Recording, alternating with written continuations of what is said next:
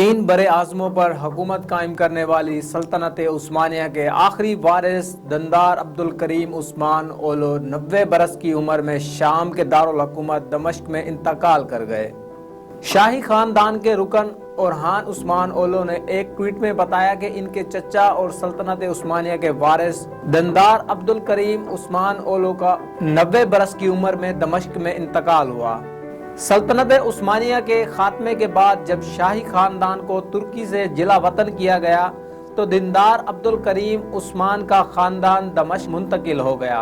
ان کی پیدائش 1924 میں وہیں ہوئی تھی۔ دندار عبدالکریم عثمان طویل عرصے سے علیل تھے اور دمشق میں ہی زیر علاج تھے۔ ان کے اہل خانہ نے انہیں علاج کے لیے ترکی منتقل کرنے کی کوشش کی، لیکن خانہ جنگی کی صورتحال کے باعث انہیں اس میں کامیابی حاصل نہیں ہو سکی۔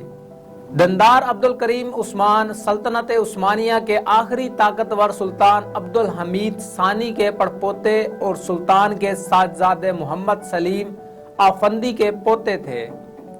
فیملی کے سب سے سینئر رکن ہونے کے ناطے وہ خاندان کے اس وقت سربراہ بنے تھے جب عثمان با یزید کا 2017 میں انتقال ہو گیا تھا۔ عثمان با یزید سلطان عبدالمجید اول کے صاحبزادے تھے۔ خیال رہے کہ سلطان عثمان کے خاتمے کے بعد 1924 میں عثمانی خاندان کے ورثاء کو دنیا بھر میں جلا وطن کر دیا گیا تھا۔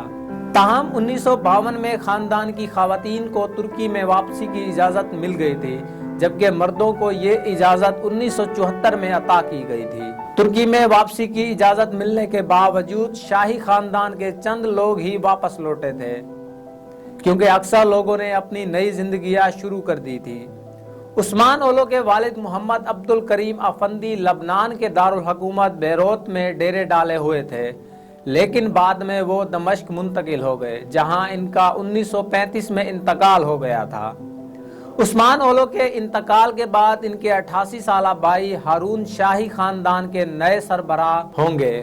ہارون عثمان اولو 1974 میں ترکی لوٹے تھے اور اس وقت استنبول میں مقیم ہیں۔